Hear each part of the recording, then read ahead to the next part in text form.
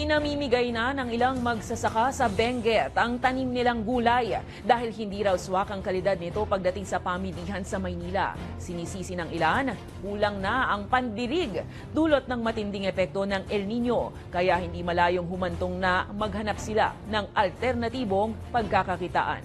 May balitang A to Z si Ace Cruz. Sa ganitong kahinang daloy ng tubig lang umaasa ngayon, ang higit 2 dekada nang magtatanim ng gulay na si Mang Danilo. Mahirap ng tubig na pinagkukunan namin. Kaya ayun, minsan din madiligan ng yung isang linggo, 2 araw lang na madiligan. Kahit na gumastos pa ng malaki sa pataba si Mang Danilo, hindi pa rin tumubra dahil ang lupang bitak-bitak na tinuloy ng El Nino sumusuko na. Kung tutuusin, gugugol ka ng 1 buwan para tuluyang anihin ang ganitong klase ng lettuce.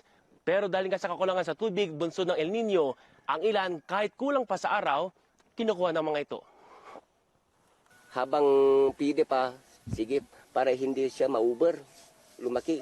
Kasi pag ma-uber na yan, katulad yung nasa taas, oversize na raw yun sa Manila.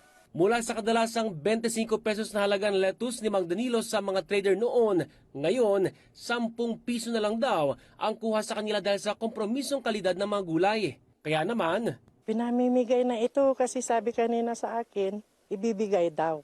Kung yung may gusto medyo kulang sa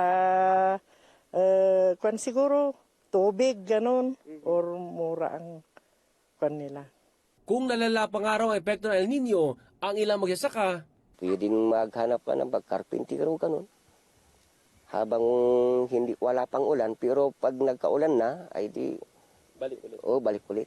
pero ayon sa pamahalaan, may akbang naman daw silang ginagawa para matulungan ang mga apektadong magsasaka. Kagaya nung nangyari sa Mindoro, may rice subsidy na 5,000, may fuel assistance na 3,000. Pero po, pwede rin i-endorse ng Department of Agriculture sa DSWD yung magsasakang apektado para po meron din silang cash assistance at pwede rin i-endorse sa DOLE para dun sa cash for work program para pansamantala meron silang pagkukunan ng pagkakakitaan habang hindi pa sila pwedeng magtanim muli.